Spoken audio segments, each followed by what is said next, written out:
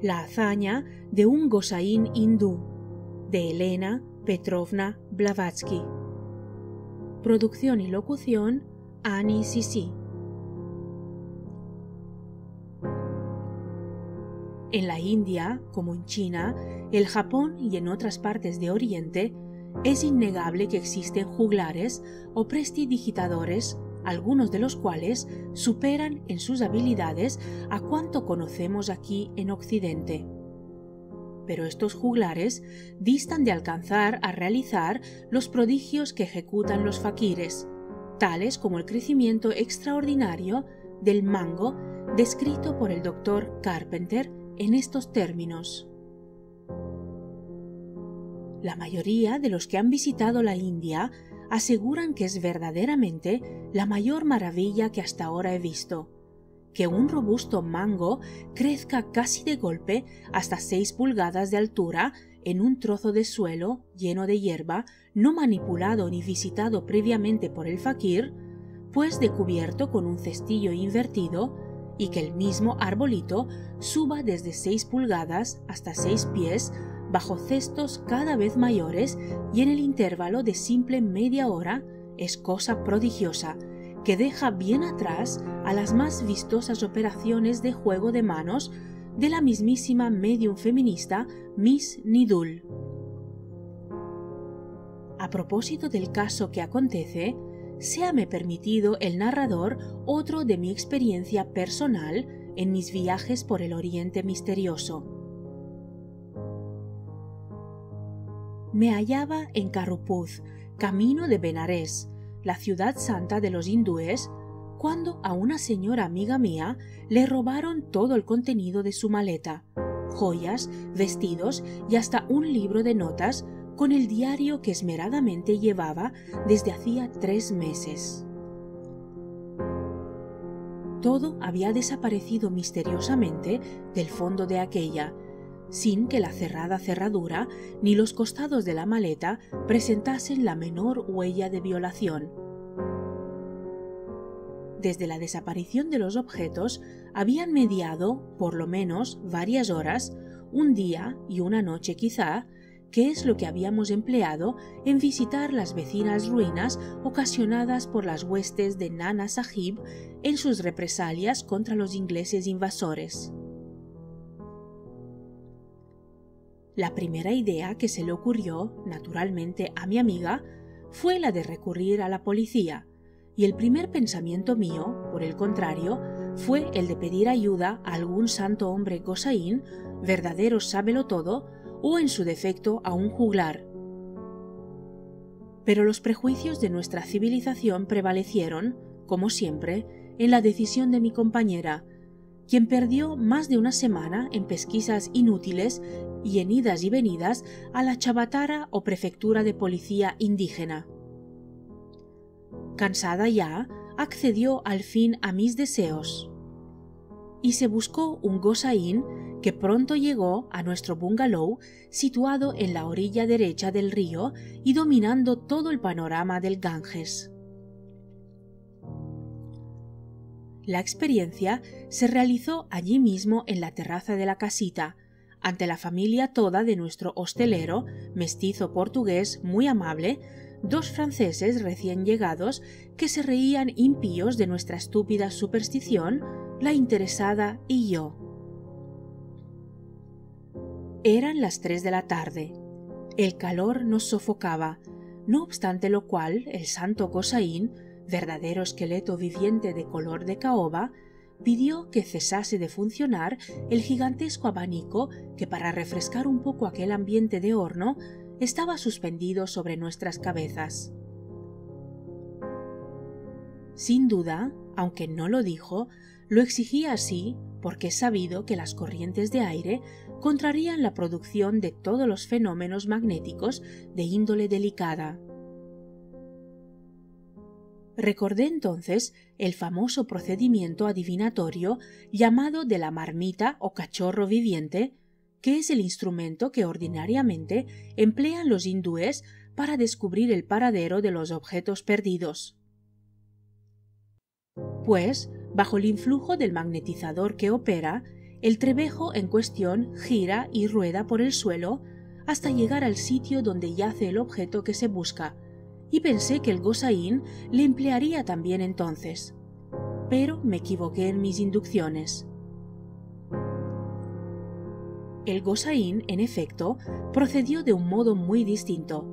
Pidió le diesen un objeto cualquiera del uso personal de la dueña y que hubiese estado en contacto en el maletín con los perdidos. La señora le entregó entonces un par de guantes que él estrujó entre sus manos, dándoles muchas vueltas entre ellas como haciéndolos una pelota. Luego los tiró al suelo, extendió en cruz sus brazos con los dedos abiertos, dando una vuelta completa sobre sí mismo como para orientarse en la dirección que llevasen los objetos robados. Se detuvo de repente con un vivo sacudimiento eléctrico y se tiró cuán largo era. Quedó inmóvil. Se sentó al fin con las piernas cruzadas y con los brazos siempre extendidos y en la misma dirección, cual bajo un fuerte estado cataléptico. La operación esta duró una larga hora, tiempo que en aquella sofocante atmósfera constituía para nosotros una verdadera tortura, hasta que instantáneamente nuestro huésped dio un salto hacia la balustrada y comenzó a mirar hacia el río como extasiado bajo un encanto misterioso. Todos miramos también ansiosos en la misma dirección, viendo venir, en efecto, no se sabe cómo ni de dónde, una masa oscura cuya verdadera naturaleza nos era imposible discernir. La mole en cuestión se diría que venía impelida por una fuerza misteriosa, dando vueltas con lentitud primero y con gran rapidez después, como la consabida marmita giratoria antes referida. Flotaba la masa como sostenida por invisible barquilla y se dirigía en derechura hacia nosotros como un ave que viniese volando. Pronto aquello llegó hasta la orilla del río y desapareció entre la maleza de su orilla para reaparecer a poco, rebotando con fuerza al saltar la paredilla del jardín para caer pesadamente, por último, sobre las extendidas manos del santo asceta o Gosaín, quien le recogió con un movimiento como automático. Al abrir entonces el anciano sus antes cerrados ojos, dio un profundo suspiro, apoderándose de él un violentísimo terror convulsivo, mientras que nosotros nos habíamos quedado paralizados de asombro, y los dos franceses, antes tan escépticos, parecían como idiotizados. Levantándose luego el Gosaín, desenvolvió la cubierta de lona embreada dentro de la que, ¡oh, sorpresa!, se hallaban los objetos robados y en buen estado, sin faltar uno. Finalmente, sin decir palabra y sin esperar a recibir por su prodigio ni las gracias siquiera por parte de la anonadada dueña, hizo una profunda zalema y desapareció calle adentro, costándonos gran trabajo el alcanzarle para hacerle aceptar a viva fuerza media docena de rupias que el anciano recibió en su escudilla. Bien seguro estoy de que este mi verídico relato, que los demás testigos presenciales del hecho pueden atestiguar por sí, parecerá un cuento de hadas a no pocos europeos y americanos que jamás visitaron la India. Pero siempre tendremos en nuestro abono, contra los suspicaces y malévolos análisis telescópicos y microscópicos e insolentes de nuestros científicos al uso, el testimonio del no menos inexplicable juego del árbol, antes copiado del trabajo de nuestro sabio físico, el doctor Carpenter. Este caso es frecuente. Vaya otro relato análogo tomado de una revista espiritualista. El difunto doctor B., miembro del Real Colegio de Cirujanos de Londres, a quien me unía los más íntimos lazos de la amistad, Cuenta en Asclepios, el doctor F. Malibran era un hombre de dotes excepcionales. Además de ocupar un puesto muy eminente en su profesión, había viajado extensamente, en particular por la India, y poseía varios idiomas orientales. Era de trato agradable y carácter jovial, y si se le podía tachar de algún defecto, eran sus gustos raros y estrambóticos.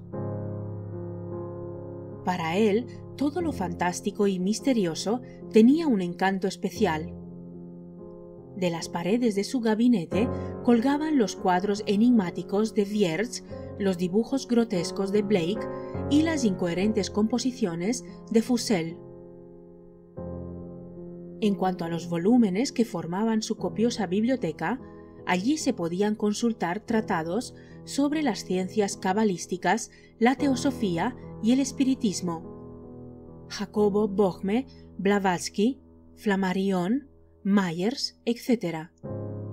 Entre las obras curiosas figuraban las narraciones inverosímiles de Poe, los cuentos droláticos de Balzac y las novelas fantásticas de Hoffmann.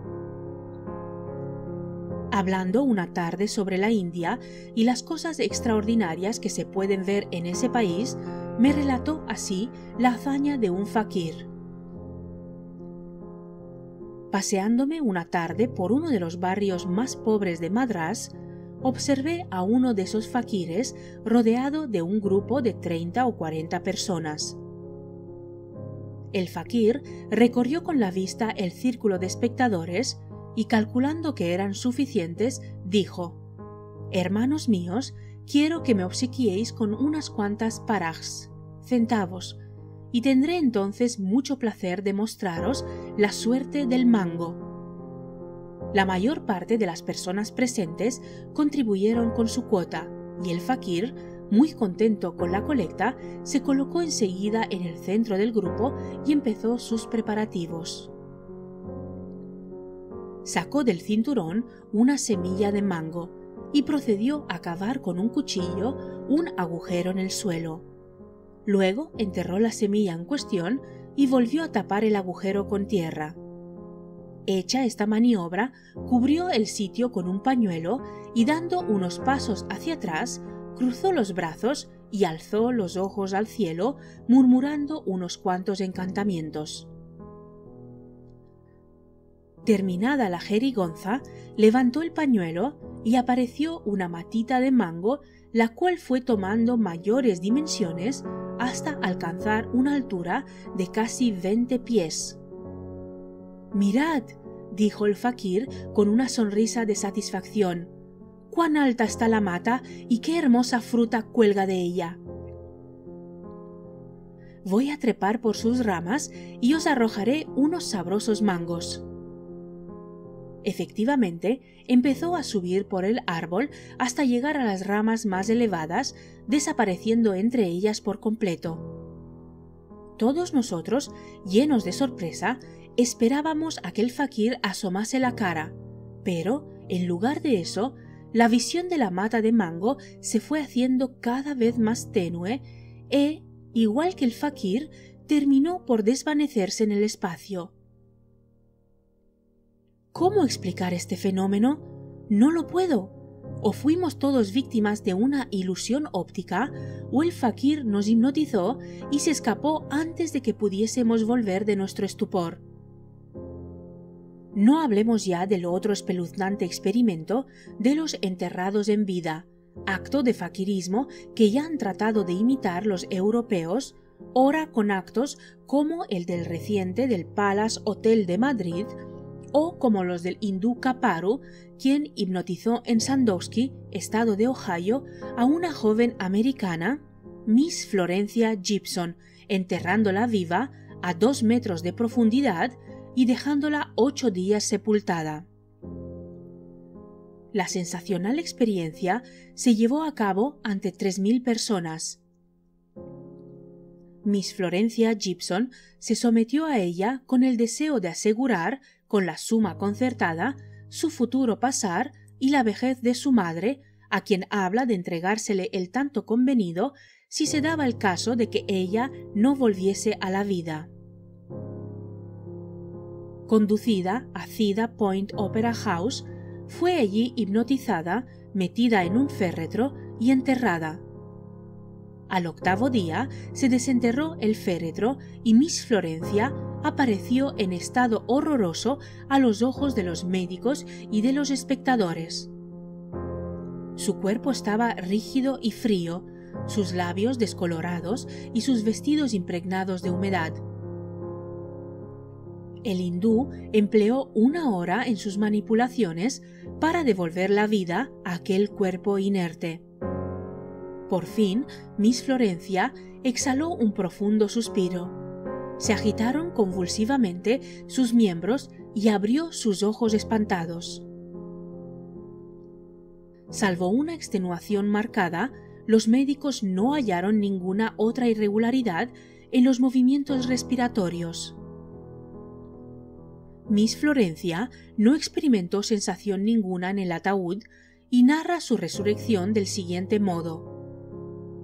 Tuve la impresión de que caía de una altura inmensa y que era arrebatada por una catarata. Todos mis miembros estaban rígidos y creía que iban a quebrarse. Me parecía haber crecido algunas pulgadas. No volvería a someterme a esta experiencia ni por 1.000.000. Like, comenta, suscríbete al canal y comparte. Soy Annie Sisi. Hasta el siguiente vídeo.